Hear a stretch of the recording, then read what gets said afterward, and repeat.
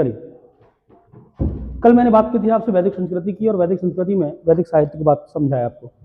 वैदिक साहित्य में आपने ऋग्वेद, सामवेद, यजुर्वेद और अथर्ववेद को देखा, इनके प्रमुख ब्राह्मण ग्रंथों को देखा, आरण्यकों को देखा और उपनिषदों को देखा।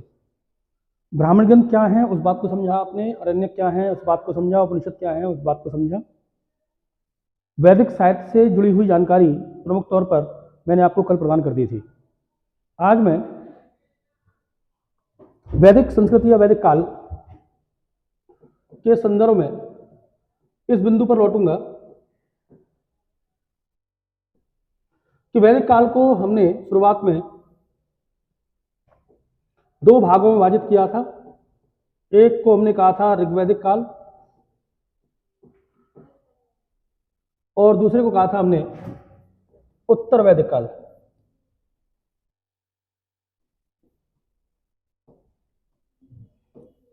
आज हम ऋग्वैदिक काल की बात करेंगे आपसे। ऋग्वैदिक काल के संदर्भ में आपने इस बात को समझा कि इस वैदिक काल के जन्मदाता या वैदिक युग के जन्मदाता आर्य थे, और हम अगर शुरुआती दौर में देखें आर्यों को, तो शुरुआती दौर में 1000 BC तक हमारे पास कौन सा काल दिखाई देता है? ये ऋग्वैदिक काल को 1500 BC से स्टार्ट माना जाता है। उसके बाद 1000 BC से स्टार्ट माना जाता है कौन से काल को? उत्तर वैदिक काल को, जो आगे दिखाई देगा आपको, ठीक, लेटर वैदिक पीरियड। ठीक, तो आज हम बात करेंगे किसकी आपसे? उत्तर वैदिक काल की। ठीक है, तो डालेंगे उत्तर वैदिक, आज बात करेंगे आप, सॉरी, ऋग्वैदिक काल की, आप डालेंगे ऋग्वैदिक काल। ठीक है,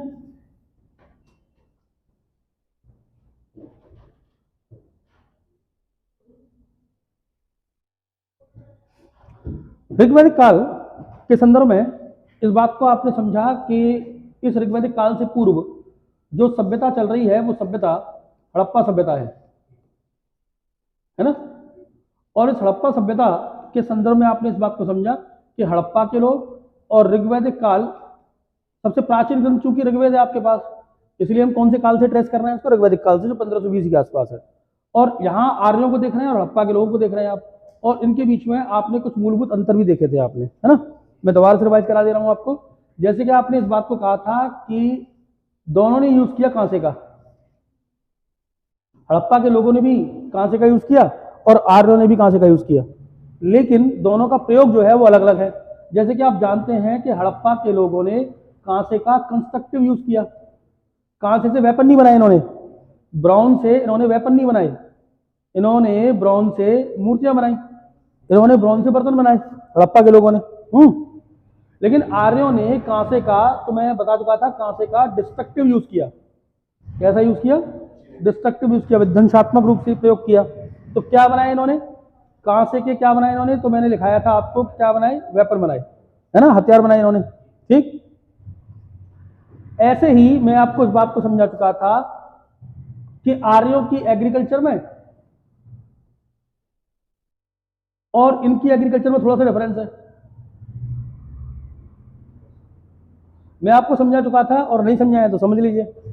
एग्रीकल्चर के कंटेक्स्ट में मैंने आपको समझाया था कि ये लोग इरिगेटेड एग्रीकल्चर कर रहे हैं, हड़प्पा के लोग संचित कृषि, है ना, सिंचाई कर रहे हैं। लेकिन आर्यों ने जो एग्रीकल्चर की उसमें इन्होंने बोना भी सीख लिया, फसलों को क्या सीख ली? बुवाई, बोना सीख लिया इन्होंने, है ना, बोना भी सीख लिया इन्होंने, कटाई भी सीख ली इन्होंने फसलों को। और जैसे कि आप जानते हैं कि प्रमुख तौर पर ऋग्वेद में हमको इस बात के एविडेंस मिले हैं लिखे हुए कि लकड़ी के हलों का क्या किया गया है? प्रयोग। हालांकि लकड़ी के हलों का प्रयोग हड़प्पन सिविलाइजेशन में भी किया गया। कौन सिविलाइजेशन में? हड़प्पन सिविलाइजेशन में। और लकड़ी के हलों का प्रयोग कहाँ भी किया गया? ऋग्वैदिक काल में। ठीक, दूसरी बात, इस बात को भी हम समझे थे कि हड़प्पा के लोग प्रमुख तौर पर वाणिज्य और व्यापार करते थे, है ना, जबकि ऋग्वैदिक काल के लोगों का प्रमुख तौर पर काम था पशुपालन, है ना।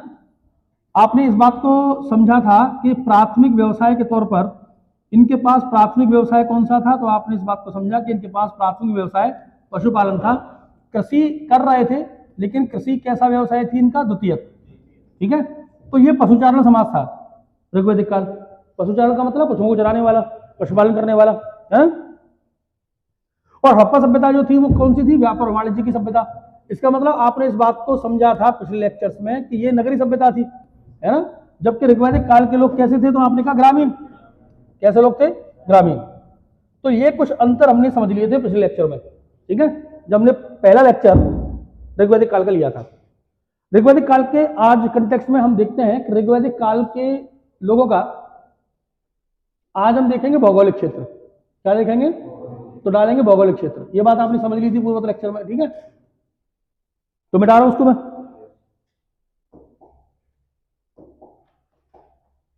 चलिए, तो अब हम डालते हैं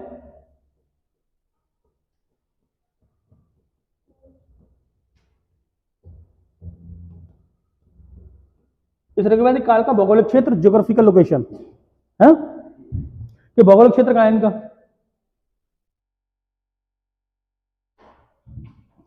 तो भौगोलिक क्षेत्र के लिए या ऋग्वैदिक काल में जानकारी का स्रोत हमारे पास क्या है? ऋग्वेद। और ऋग्वेद से हम पता लगा सकते हैं इनका भौगोलिक क्षेत्र क्या है, ठीक। तो ऋग्वैदिक क्षेत्र, ऋग्वैदिक काल में ऋग्वैदिक लोगों के भौगोलिक क्षेत्र की सीमाओं को बनाने के लिए हम थोड़ा सा डायरेक्शन का प्रयोग करते हैं, उत्तर, दक्षिण, पूर्व और पश्चिम। बनाइए।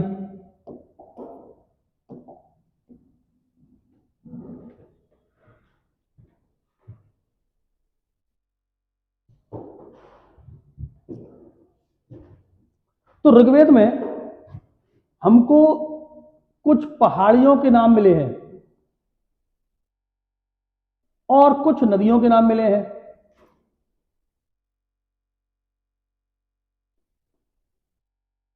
इन पहाड़ियों और नदियों के उल्लेख जो ऋग्वेद में किए गए हैं, उस पहाड़ियों और नदियों के उल्लेख से हमको यह पता लग सकता है कि इनका भौगोलिक क्षेत्र कहां था, ठीक है। तो लिख लीजिए इस बात को। ऋग्वेद में हमको किसका उल्लेख मिलता है? पहाड़ियों और नदियों का ऋग्वेद में मिलता है उल्लेख।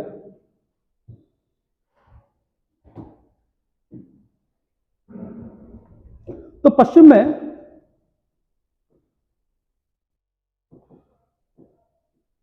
हमको अफगानिस्तान के, पूर्वी अफगानिस्तान के इलाके की जानकारी मिलती है।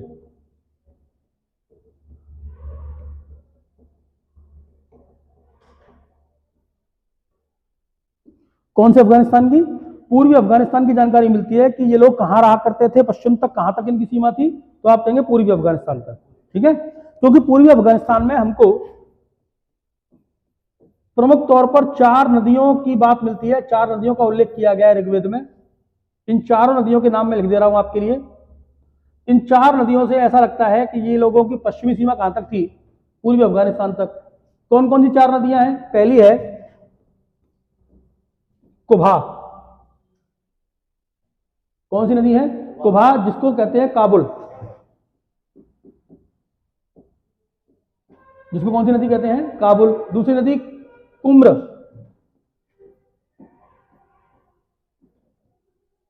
जिसकी पहचान हुई है आज की डेट में कुर्रम से।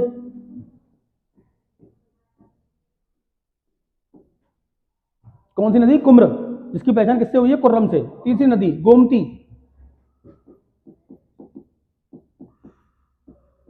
जिसको पहचान करते हैं हम गोमल नदी से। कौन सी नदी? गोमल। और चौथी नदी सुवास्तु,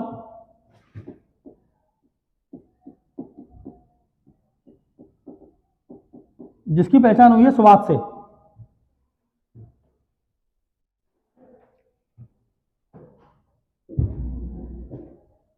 ठीक है, तो इसका मतलब पश्चिम में कहां तक, पश्चिम में हमको जानकारी मिलती है कहां तक लोग थे। ये ईस्टर्न अफगानिस्तान। ईस्टर्न अफगानिस्तान में कितनी नदियों का उल्लेख किया गया ऋग्वेद में?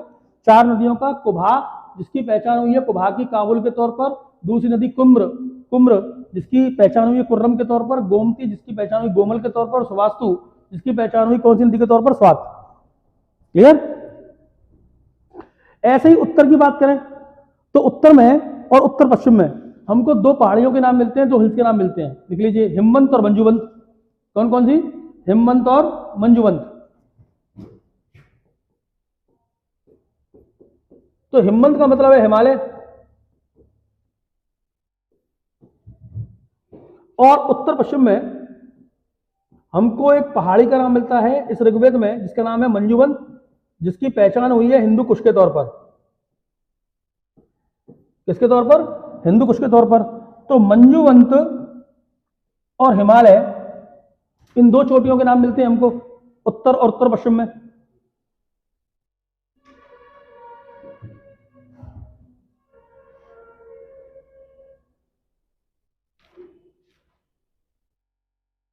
ठीक। पूर्व में जानकारी के लिए हमारे पास इनको नाम मिलता है, पूर्व में हमारे पास नाम मिलता है गंगा का। तो पूर्व में कहां तक ये लोग?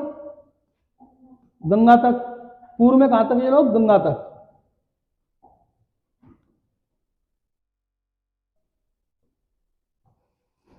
और दक्षिण में अगर हम देखें तो हमको ब्रह्मावर्त का इलाका दिखाई देता है। कौन सा इलाका? ब्रह्मावर्त का, जिसकी पहचान हुई है हरियाणा के कुरुक्षेत्र से। जहां कौन सी नदी बहती है? घग्गर। कौन सी नदी बहती है? घग्गर नदी बहती है यहां पर।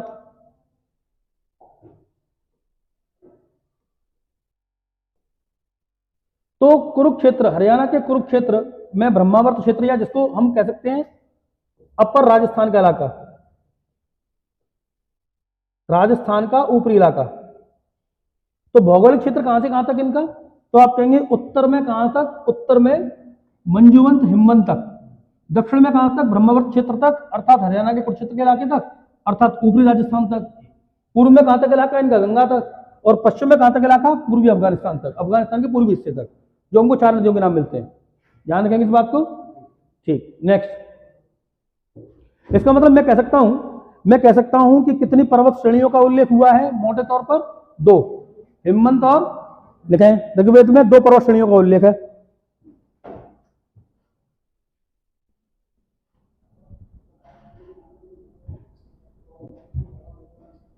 है ना? कितनी पर्वत श्रेणियों का उल्लेख है? 2। दूसरा पॉइंट, ऋग्वेद में 40 नदियों का उल्लेख है। कितनी नदियां? 40 नदियां। 40 नदियों का उल्लेख है।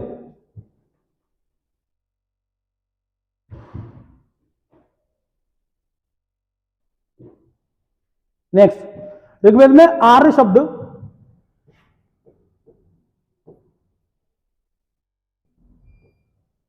आया 36 बार। Very very important. कितनी बार प्रयोग किया गया आर्य शब्द का? 36 बार।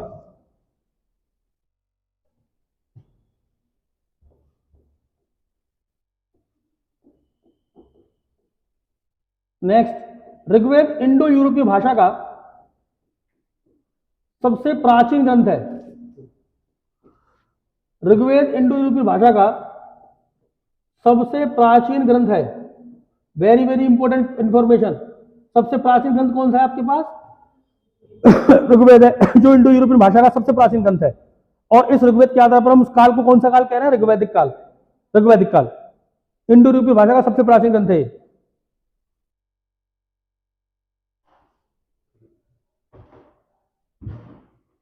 नेक्स्ट, ऋग्वेद में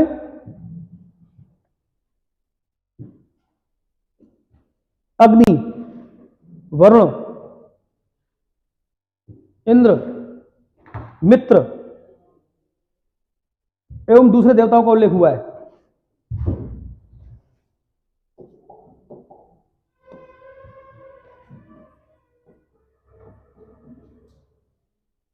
किसका उल्लेख हुआ है?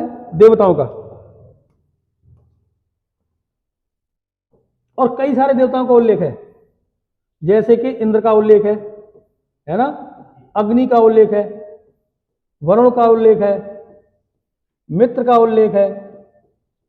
ठीक है? मित्र या मैत्रेय जिसको कहते हैं आप, मित्र को मैत्रेय भी लिख सकते हैं आप। कौन सा देवता? मैत्रेय। एवं अन्य देवताओं का भी उल्लेख है। कई सारे देवताओं का उल्लेख किया गया है कहां? ऋग्वेद में। नेक्स्ट पॉइंट, ऋग्वेद की बहुत सारी बातें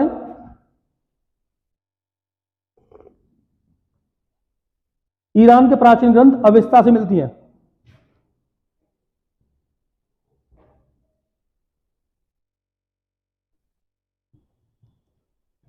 किससे मिलती हैं? अवेस्ता।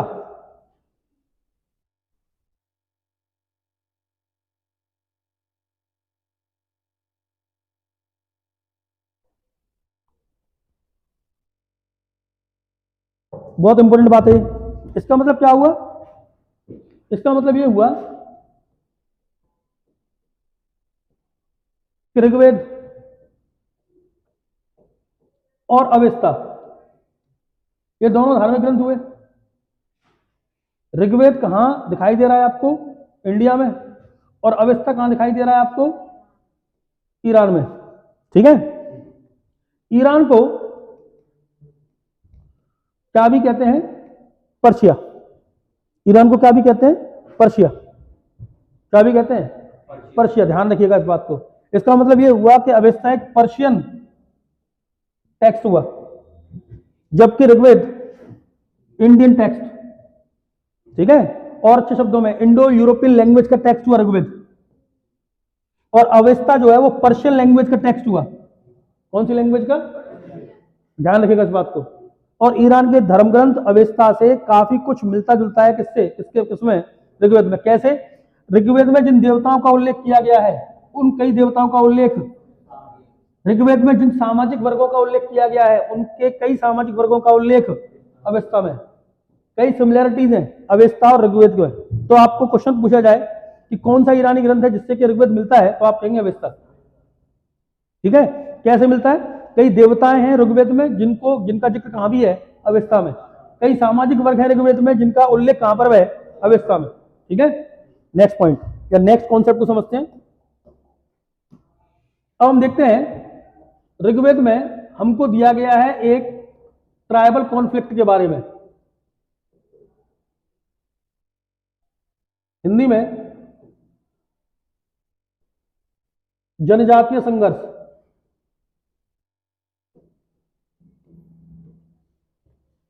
जनजातीय संघर्ष, ट्राइबल कॉन्फ्लिक्ट, ये ऋग्वेद में उल्लेख है सारी बातें।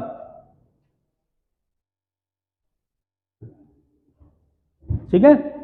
देखिएगा जरा ध्यान से। जनजातीय संघर्ष के लिए पहले हम जनजातियों को समझते हैं, ट्राइब्स को।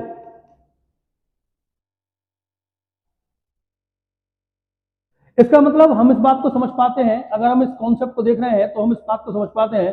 अब बहुत ध्यान से देखिएगा, मैं कॉन्सेप्ट दे रहा हूं आपको कि ऋग्वैदिक काल का समाज जनजातीय समाज था।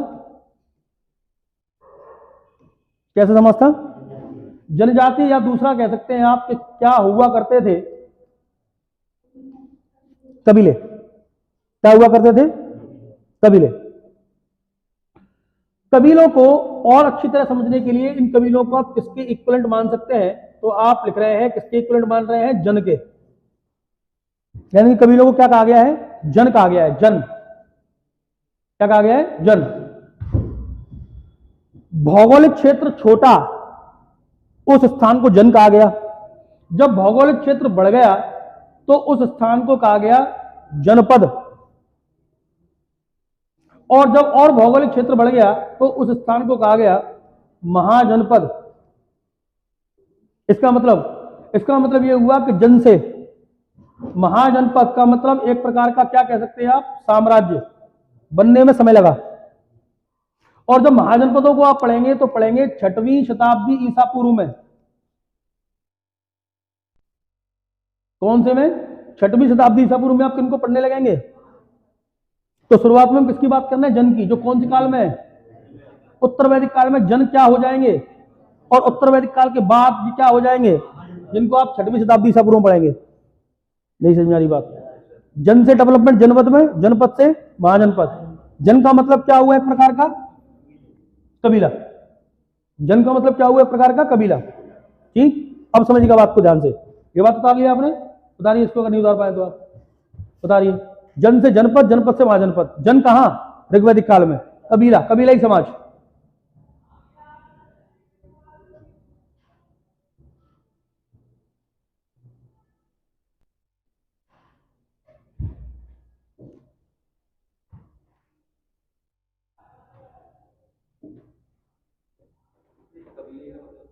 कबीले का मतलब क्या होता है, इसको मिटाना है।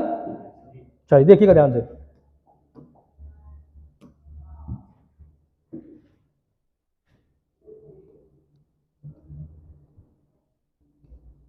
कबीला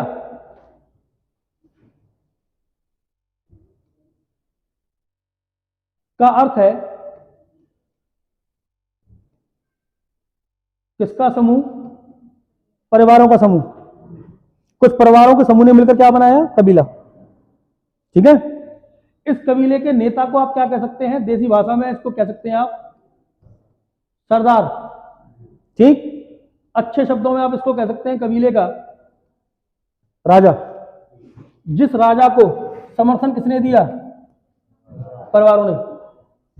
किसने समर्थन दिया, क्लियर है बात। यहां इस बात को समझने की बात है कि कबीलाई समाज क्यों कह रहे हैं, इसीलिए कह रहे हैं तो कबीलाई समाज, क्योंकि कबीले की तरह ये लोग क्या हुआ करते थे, खाना बदोश। एक स्थान से दूसरे स्थान पर गए, क्योंकि प्रमुख तौर पर क्या किया करते थे ये, पशुपालन, पशुओं को चराते हुए आगे बढ़ते गए। और आगे बढ़ते बढ़ते कहां तक पहुंच गए, गंगा तक।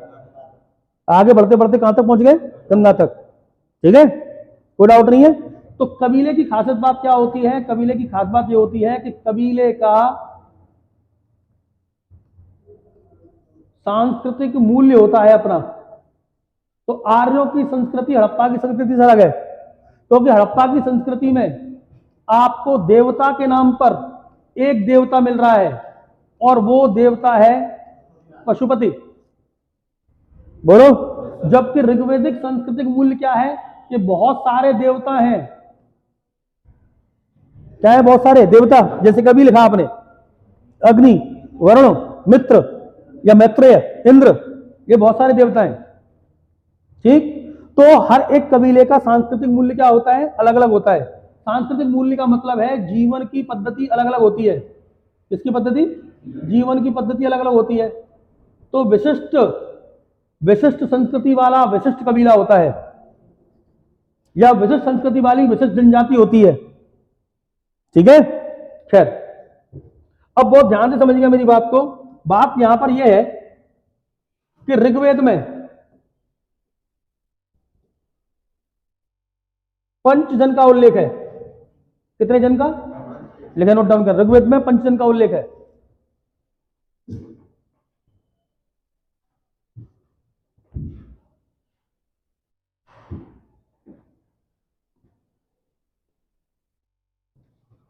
कौन कौन से,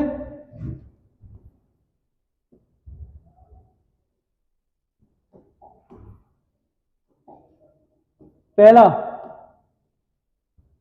युद्ध, युद्ध पहला कबीले का नाम या पहले जन का नाम क्या है जिसका उल्लेख है, युद्ध। दूसरा पुरु, पुरु पुरु पुरु। तीसरा तुर्वश। चौथा अनु, और पांचवा हृदय।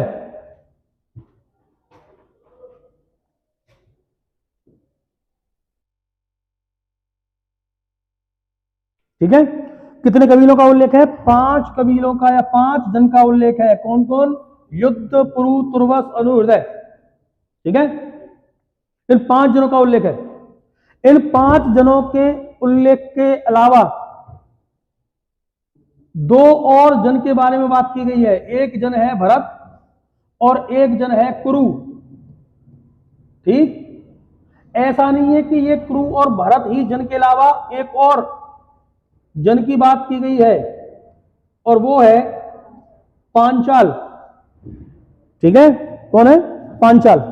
तो कुरु को आप कौरव से ट्रेस करते हैं, पुरु को पांडवों से। हाँ। और पांचाल को जहां की पांचाली थी। ठीक है। इन सबको देखेंगे, इन सबको देखेंगे। लेकिन मैं रिपीट कर रहा हूं, वैसे पंच जन में कितने लोग आते हैं, 5 जन में आते हैं, युद्ध, पुरु, तुर्वश, अनु और हृदय। ठीक है। ये 5 जनों का उल्लेख है। इन 5 जनों के उल्लेख के अलावा भरत ऐसा कबीला है जो कबीले के ऋषि रहे हैं, वशिष्ठ। कौन रहे हैं, लिखें, लिखें भरत,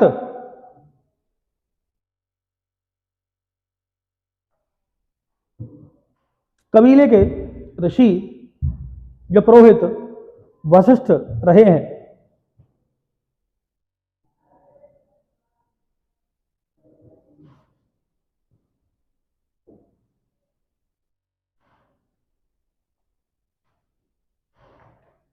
ठीक है।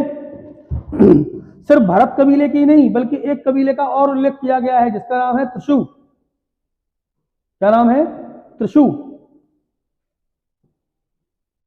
इस त्रिशु कबीले के भी कौन रहे हैं गुरु? वशिष्ठ। कौन रहे हैं? वशिष्ठ। त्रिशु को भी रहे हैं।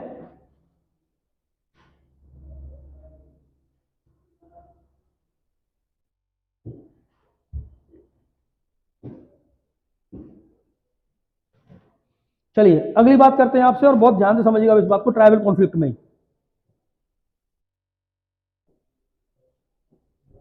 इंद्र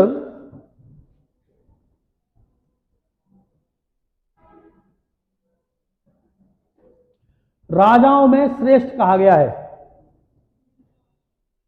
यानी कि राजा अपनी तुलना इंद्र से करता है। ठीक है। इंद्र को ऋग्वेद में कहा गया है पुरंदर। पुरंदर का मतलब होता है किलों को तोड़ने वाला। किसको तोड़ने वाला? किलों को तोड़ने वाला। इसका मतलब राजा ने शक्ति किससे प्राप्त की और किसके किलों को तोड़ा? हड़प्पा के किलों को। हड़प्पा के किलों का मतलब हड़प्पा के लोगों ने नदी पर सेतु बनाया, डैम, और उन डैमों को तोड़ने की शक्ति प्राप्त की राजा ने। किससे? यानी कि राजा अपने आप को किसके समकक्ष मान रहा है? इंद्र के। और इंद्र कौन है? पुरंदर। कौन है? और इस इंद्र पर कई प्रकार के हथियार हैं, जिनमें सब प्रमुख हथियार है वज्र। बात समझ में आ रही है? क्या है इंद्र पर? वज्र है। वज्र, इसका मतलब राजा के पास क्या होने चाहिए? हथियार। इसीलिए ऋग्वैदिक काल के लोगों के पास क्या थे? हथियार। क्या थे उनके पास? वेपन। और किसके बनाए वेपन? उन्होंने कांसे के। ये उल्लेखित है ऋग्वेद में। तो इंद्र को ऋग्वेद में क्या कहा गया है? इंद्र को ऋग्वेद में पुरंदर कहा गया है। इसका अर्थ है किलों को तोड़ने वाला। जिसका अर्थ है किलों को तोड़ने वाला।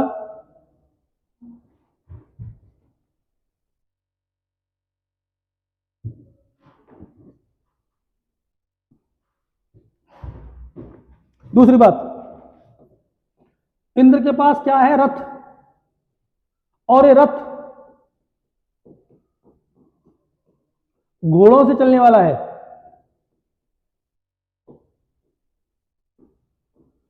किससे चलने वाला? घोड़ों से चलने वाला रथ है। तो घोड़ों से चलने वाला अगर रथ है इंद्र के पास, तो उसका मतलब इंद्र कहीं भी जा सकते हैं। मैंने आपको इस बात को समझाया कि शायद स्पोक्ड व्हील, तानों वाले पहिए को लाने वाले लोग ही कौन थे? आर्य। जिससे उन्होंने रेट ऑफ मोबिलिटी को, गतिशीलता की दर को बढ़ा दिया। ये बात बता चुका हूं मैं आपको। ठीक है। तो मैं क्या कह रहा हूं, इस स्पोक्ड व्हील को लेकर आने वाले कौन लोग थे? आर्य थे। शायद इनकी वजह से ही, या इन व्हील की वजह, व्हील तो पहले भी थे हमारे पास लेकिन वो स्पोक्ड नहीं थे। ठीक है। लेकिन वो तानों वाले स्पोक्ड व्हील लाने वाले कौन लोग थे? आर्य थे। जिससे कि इनकी मोबिलिटी की रेट क्या हो गई? बढ़ गई। इनकी गतिशीलता की दर बढ़ गई। तो मैं कह रहा हूं इंद्र को पुरंदर कहा गया, और इंद्र से कौन प्रेरणा ले रहा है? राजा। राजा ले रहा है। ठीक। मैं आपको बताऊं, राजा को पहनने के लिए एक कोट का भी जिक्र हुआ है जिसको कहा गया है वर्मन। जिसको क्या कहा गया है? वर्मन। वर्मन का मतलब एक प्रकार का कोट। क्या? किसका उल्लेख भी है? लिखें, वर्मन का भी उल्लेख है। इसका अर्थ होता है क्या? एक प्रकार का कोट।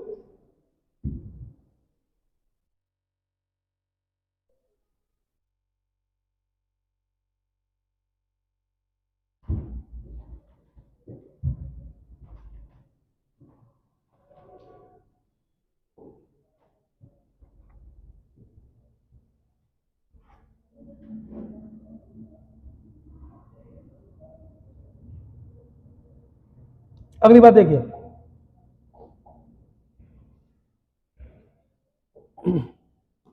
समझिए ध्यान से। जो संघर्ष था वो संघर्ष दो प्रकार का था।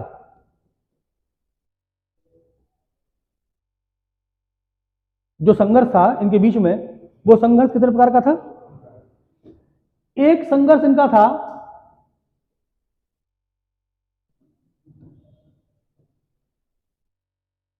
गैर आर्यों के साथ,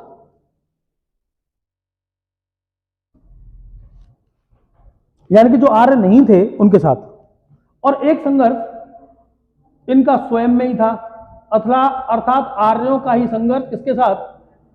आर्यों के साथ। अब आपको सब ये कैसे कह सकते हैं आप? तो मैं आपको बताऊं, ऋग्वेद में हमको इनके बहुत इंपॉर्टेंट संघर्ष का लिखा हुआ साक्ष्य है, और वो है कौन सा युद्ध? दशराज युद्ध। कौन सा युद्ध? दशराज युद्ध। अब ये जो दशराज युद्ध है, ये दशराज युद्ध का मतलब कितने राजाओं का या कितने कबीलों का? 10 कबीलों का युद्ध, ठीक है। और इस 10 कबीलों का युद्ध जो हुआ है वो हुआ है भरत जन के साथ। कौन से जन के साथ हुआ है? भरत जन के साथ। इन 10 कबीलों में से 5 आर्य जन थे और 5 अनार्य जन। इसका मतलब भरत अपने आप में एक आर्य जन है, और इस आर्य जन का आर्य जनों के साथ भी युद्ध हो रहा है और अनार्य जनों के साथ भी युद्ध हो रहा है। इसलिए मैं कह सकता हूं कि इनका संघर्ष कितने प्रकार का है?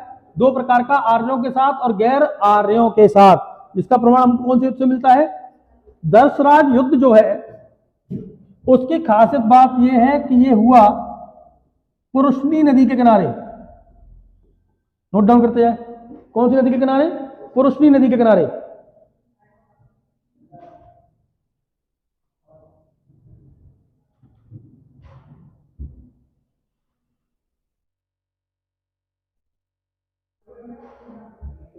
ठीक है। इसमें भरत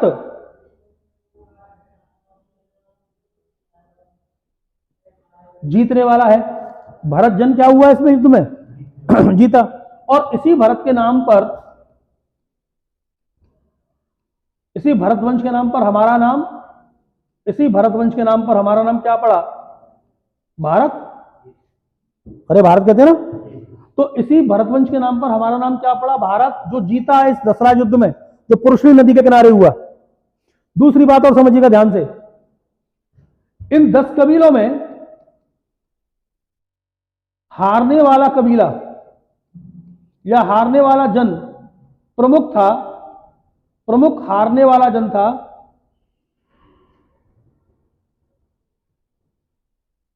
पुरु। जीतने वाला कौन? भरत। और दशराज युद्ध में हारने वाला कौन? पुरु। मुख्य तौर पर इन 10 कबीलों में 5 आर्य जन थे और 5 अनार्य जन। ध्यान रखोगे इस बात को। 5 कौन से जन थे? आर्य जन। और 5 कौन से थे? अनार्य जन। हारने वाला कबीला कौन सा? पुरु। और जीतने वाला कबीला कौन सा? भरत। ठीक है। इन्होंने क्या किया? भरत और पुरु ने मिलकर बनाया एक और नया कबीला, एक और नया जन, जिसका नाम क्या पड़ा? कुरु। क्या नाम पड़ा? कुरु। ठीक है। और बाद में कुरु पांचाल के साथ जुड़ा।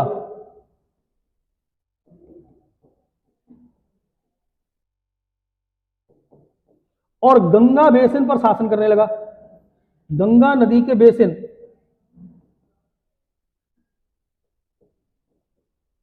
पर क्या करने लगा? शासन। बहुत इंपॉर्टेंट फैक्ट है ये। तो इनके जो संघर्ष है वो प्रकार क्या थे? गैर आर्यों के साथ और आर्यों के साथ। दशराज युद्ध इसका प्रमाण है, पुरुषनी नदी के तट पर जो हुआ है ना। क्लियर बात? तो पुरुषनी नदी के तट पर जो हुआ दशराज युद्ध, उसमें 5 गैर आर्य कबीले थे और 5 आर्य कबीले। ठीक है। और लड़ा किसने? भरत ने लड़ा अकेले ने इन 10 के खिलाफ, और इसमें जीत भरत की हुई। हारने वाला प्रमुख कबीला कौन सा है? पुरु। जो जुड़े भरत और कुरु, तो क्या बना, कुरु बना, और कुरु ने पांचाल के साथ कोलैबोरेशन किया, और कोलैबोरेशन करके गंगा नदी के बेसिन के आसपास के इलाके में शासन करने लगा। बात समझ में आ रही इतनी? हमको अब यह समझ लेना चाहिए कि युद्ध हो क्यों रहा है भाई, संघर्ष का कारण क्या है। संघर्ष का प्रकार तो जान लिया हमने, ठीक है। तो अगली बात करते हैं संघर्ष का कारण। संघर्ष के कारण की बात करें तो संघर्ष का प्रमुख कारण रहा है क्या, गाय। संघर्ष का प्रमुख कारण क्या रहा है, गाय। मींस अधिकतर संघर्ष किसके लिए हुए हैं, गाय के लिए,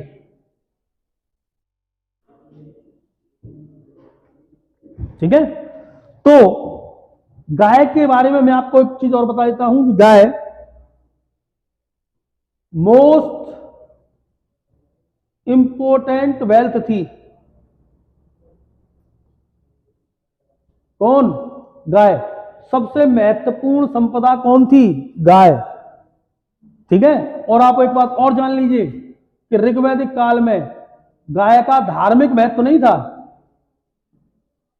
गाय का कैसा महत्व था, आर्थिक, ठीक है। तो समझिए मेरी बात को, आज सबसे ज्यादा महत्व एसेट का होता है।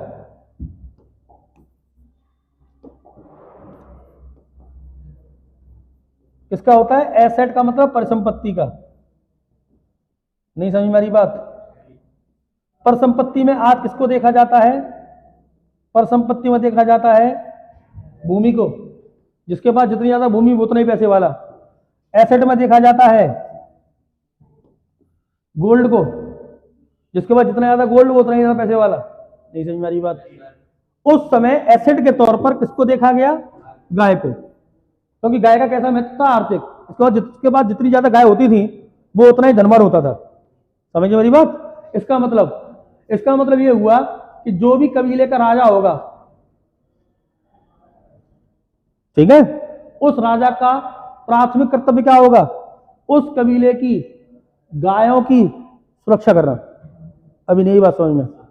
इसका मतलब राजा का प्रमुख कर्तव्य क्या था उस समय के, क्योंकि गाय प्रमुख तौर पर परिसंपत्ति थी, इंपोर्टेंट एसेट था गाय। और लड़ाइयां, अधिकतर संघर्ष जो हुए हैं वो किसके लिए हुए हैं, गाय के लिए।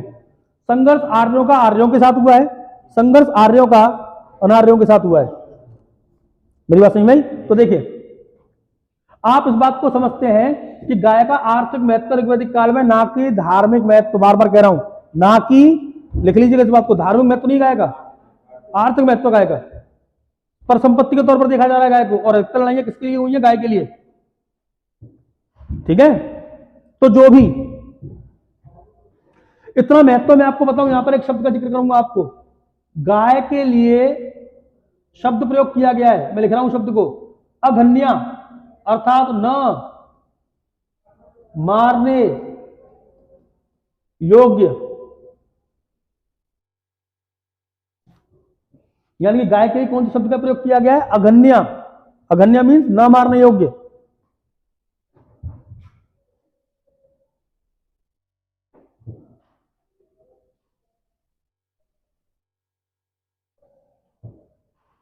ठीक है।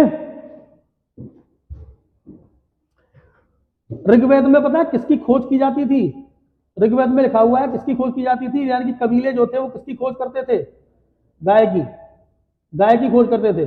और गाय की खोज को कहा गया है ऋग्वेद में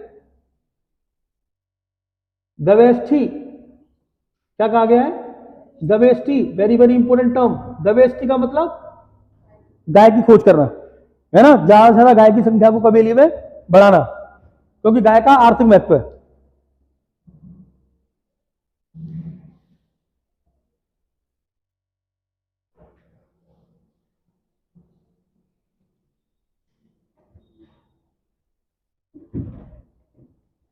तो ट्राइबल कॉन्फ्लिक्ट में क्या क्या देखा आपने, दोबारा से देखिए।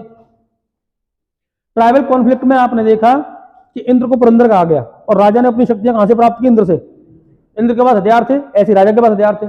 इंद्र के पास घोड़ों का रथ था, ऐसे राजा के पास घोड़ों का रथ था, ठीक है, जिससे कि राजा एक जगह से दूसरी जगह आसानी से जा सके, है ना। दूसरी बात आपने इस बात को देखा कि जिस प्रकार इंद्र के पास पहनने के लिए कोट है, जिसको वर्मन कह रहे हैं आप, उसी प्रकार राजा भी कोट पहनते थे। बोलो। अगली बात क्या देखी आपने, राजा एक कबीले का सरदार था और आपको पंचजन का उल्लेख मिलता है, और पंचजन में आपको पंचजन के अलावा और भी जनों का उल्लेख है, जैसे भरत का, त्रिशु का, लिखा आपने, कुरु का। आपने दसरा युद्ध के बारे में बात की और उसमें बात की आपने कि दसरा युद्ध क्यों हुआ, तो आपने कहा अधिकतर संघर्ष जो हुए वो गाय के लिए हुए, और गाय की खोज की जाती थी कबीले के द्वारा, जिसको कहते थे गवेष्टि। गाय इतनी महत्वपूर्ण थी कि इतनी महत्वपूर्ण थी आर्थिक तौर पर कि उसको क्या कहा गया, अगन्या, क्योंकि गाय से दूध प्राप्त करते थे। यानी कि इन्होंने पशुपालन जो किया है, गाय को पाला काय के लिए, दूध के लिए। लेकिन इससे पहले के लोगों ने जो पशुपालन किया वो पशुपालन मांस के लिए किया, ना कि दूध के लिए। सहमत है इस बात से? इस गाय को अगन्या कहा गया। संघर्ष के प्रकार क्या है, तो आप कह रहे हैं गैर आर्यों के साथ भी संघर्ष हुआ, आर्यों के साथ भी हुआ। बोलो। एक संघर्ष के बारे में जिक्र किया हमने ऋग्वेद में दिया हुआ है, दसरा युद्ध, जब 10 राजाओं को युद्ध हुआ भरत के साथ, और 10 राजाओं में 5 जो राजा थे वो आर्यजन के थे और 5 जो राजा थे वो आर्यजन के थे। 10 राजा हारे। हारने वाला प्रमुख राजा कौन से जन का था, पुरु जन का। पुरु ने और भरत ने मिलकर क्या बनाया, कुरु, और कुरु और पांचाल जुड़े तो कहां आ गए, गंगा नदी के बेसिन में शासन करने लगे।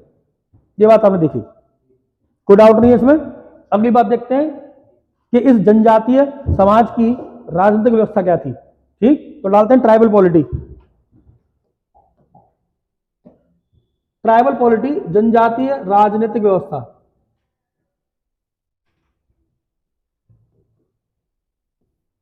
जनजाति की राजनीतिक व्यवस्था, ट्राइबल पॉलिटी।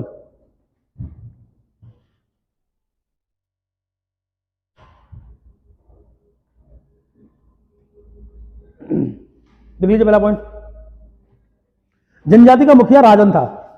जनजाति का मुखिया कौन था, राजन।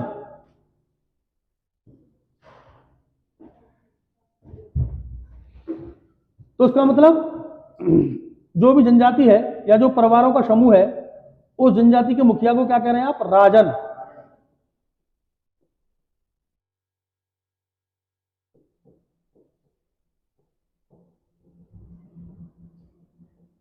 राजन।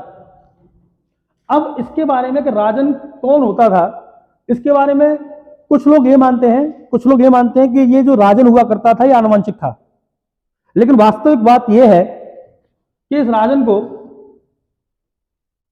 समिति के द्वारा चुना जाता था। लिखें इस बात को,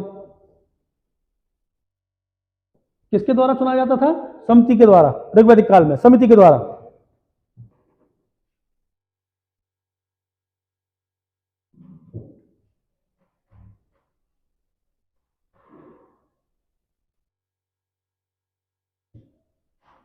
ठीक है, जैसे मैं आपको एग्जांपल दूं,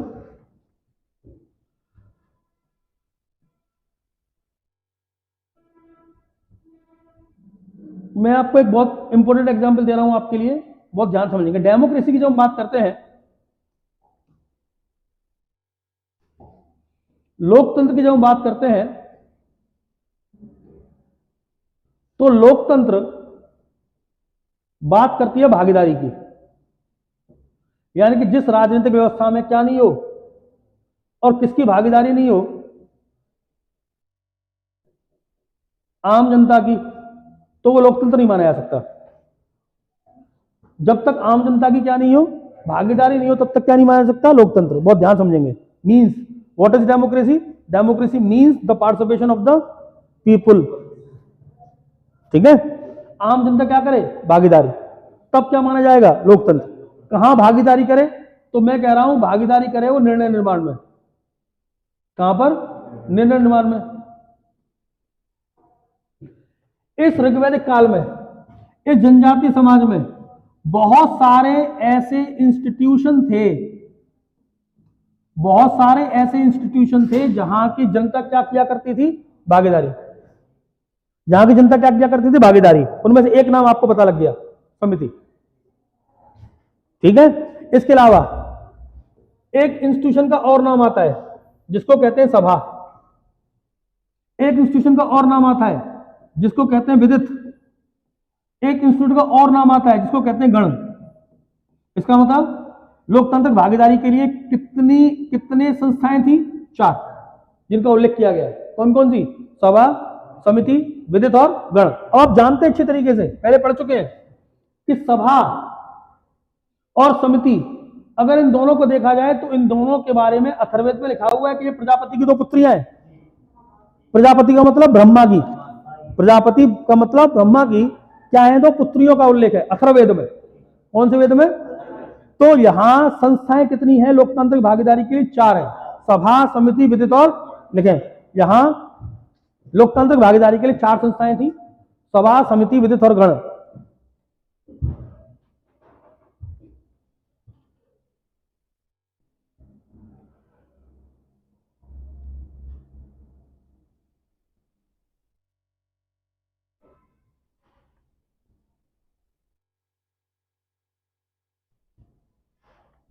ठीक है,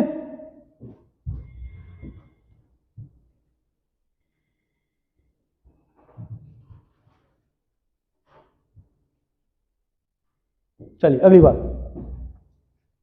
सभा का मतलब यह हुआ कि यह सभा आम जनता की होगी, ठीक है। और समिति निश्चित तौर पर क्या रही होगी? समिति रही होगी विशेष वर्ग की। का मतलब जैसे कि आप जानते हैं कि आज सभा के तौर पर आपको दिखाई देती है ग्राम सभा। कौन सी सभा? आप सब गांव से आप जानते हैं इस बात को। ग्राम सभा का मतलब उस गांव का हर एक वो बच्चा या हर एक वो आदमी, चाहे पुरुष हो चाहे महिला, 18 वर्ष की आयु पूरी कर चुका है, वो सभी ग्राम सभा का मेंबर होता है। बोलो, इसका मतलब जो वोट करने के लिए एलिजिबल है उस गांव में और वो वोटर लिस्ट में रजिस्टर्ड है, वो सब कोई आदमी किसका मेंबर होगा? ग्राम सभा का। इसका मतलब ग्राम सभा में कौन लोग हैं? पुरुष और महिला दोनों, पुरुष और महिला दोनों। लेकिन ये ग्राम सभा चुनती है, किसको चुनती है? गांव के मुखिया को, बोलिए। और उन सदस्यों को भी जो कि ग्राम पंचायत के शासन को चलाने में मदद करेंगे, बोलिए। उन सदस्यों को भी जो ग्राम पंचायत को चलाने में क्या करेंगे? मदद करेंगे। सहमत है इस बात से? जिसको ग्राम पंचायत के सदस्य कहते हैं, ठीक है। ग्राम पंचायत के सदस्यों को मिलाकर प्रधान का काम होता है कि क्या बनाए? समिति, कमेटी। किस बात की? कि एक कमेटी होगी जो गांव में किस पर काम करेगी? स्वास्थ्य देखभाल के लिए। किस पर काम करेगी? स्वास्थ्य देखभाल के लिए। एक कमेटी होगी जो शिक्षा के लिए काम करेगी, एक कमेटी होगी किसी और के लिए काम करेगी। इसका मतलब क्या समिति में आम आदमी बैठा है? नहीं, बल्कि आम आदमी के द्वारा निर्वाचित आदमी बैठा हुआ है। इसका मतलब सभा में तो आम जनता बैठ रही है, लेकिन समिति में आम जनता नहीं बैठती, बल्कि आम जनता के प्रतिनिधि बैठते हैं।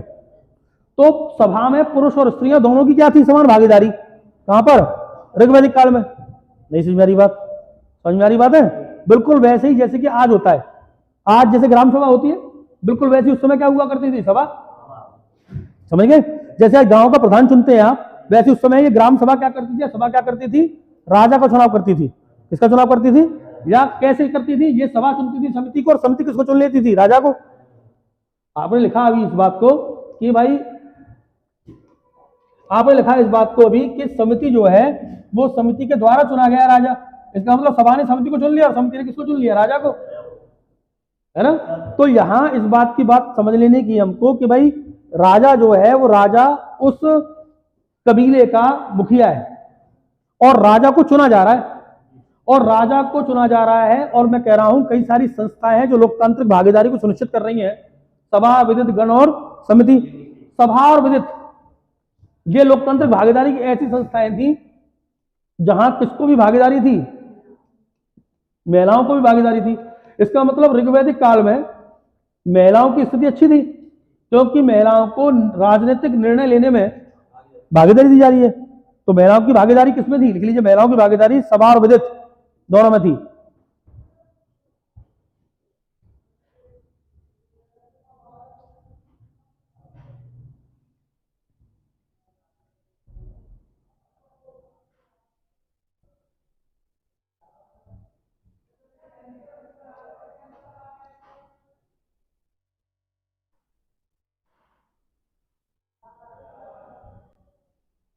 ठीक है, चलिए अगली बात करते हैं।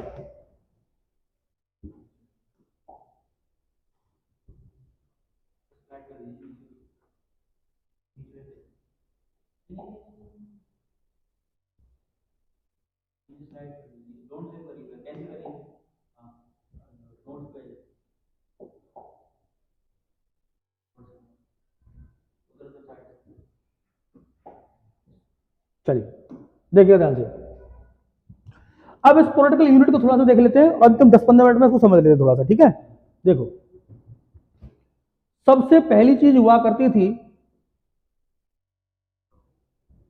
परिवार, ठीक है। परिवारों से मिलकर बनता था कुल, ठीक। कुल से बनकर मिलता था ग्राम, ग्राम से मिलकर बनता था विश्व, और विश्व से मिलकर बनता था जन। तो जन क्या हुआ? परिवारों का समूह। नहीं समझ मेरी बात। परिवार मिलकर बने कुल, कुलों को मिलकर बनाया गया ग्राम, ग्राम को मिलकर बनाया गया विश्व, और विश्व को मिलकर बनाया गया, ठीक है। तो सबसे ऊपर की यूनिट कौन सी थी? जन, जिसमें कई परिवार थे, जिसमें कई कुल थे, जिसमें कई विश्व थे, जिसमें कई गांव थे बनाए।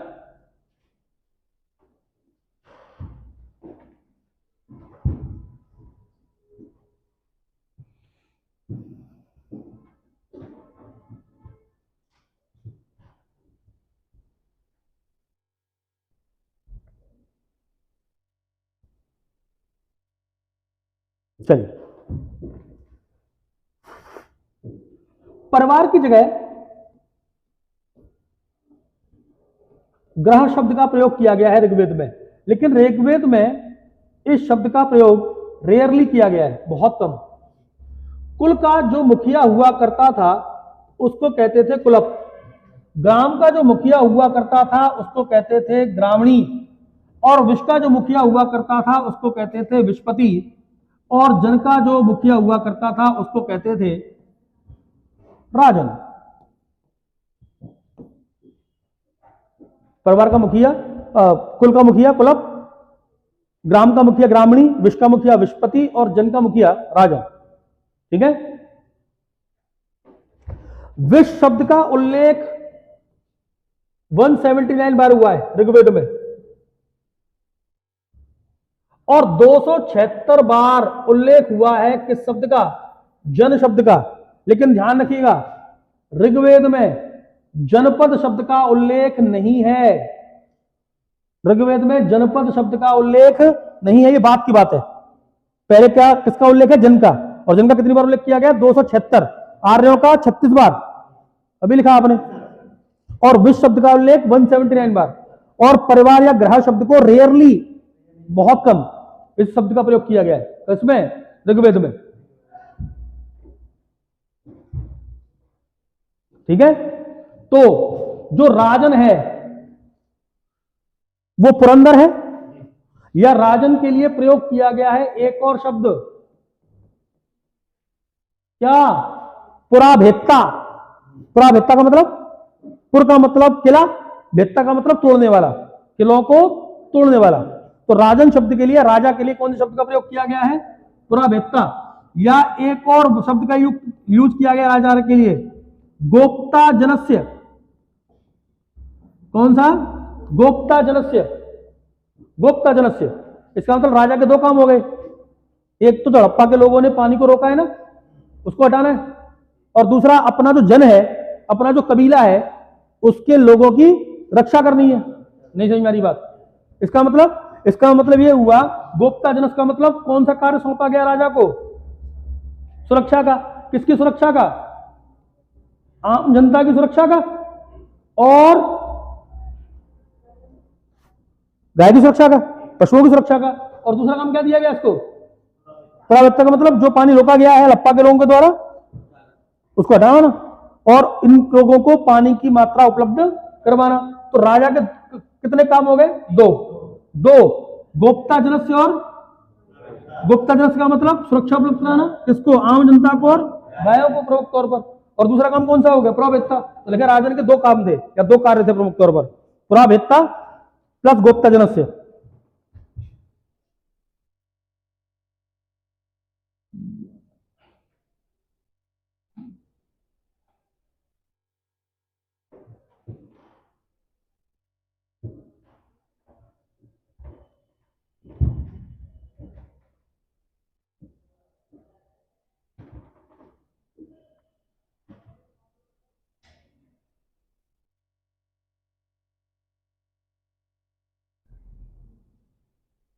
बात समझ में आई इतनी?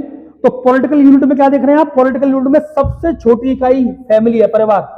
परिवार से बड़ा कुल है, और कुल से बड़ा गांव, गांव से बड़ा विश्व, विश्व से बड़ा जन। जन शब्द का उल्लेख ऋग्वेद में 276 बार। जनपद शब्द का उल्लेख ऋग्वेद में नहीं है। जन का मुखिया राजन, और इस राजन के दो काम, पुराभेदता और गोप्ता जनस्य। गोप्ता जनस सुरक्षा उपलब्ध कराना, अपने जन के लोगों की सुरक्षा करना, अपने जन के पशुओं की सुरक्षा करना, विशेष तौर पर गाय की। और पुराभेदता का मतलब किलों को तोड़ना। समझ गए मेरी बात? क्लियर बात? तो आपने क्या देख लिया? आपने देख लिया यहां तक राजनीतिक व्यवस्था को। किसकी राजनीतिक व्यवस्था को? ऋग्वैदिक काल की, है ना? कल हम बात करेंगे ऋग्वैदिक काल की सामाजिक व्यवस्था की और धार्मिक व्यवस्था की। ऋग्वैदिक काल में सामाजिक और धार्मिक व्यवस्था क्या थी? ठीक है, थैंक यू।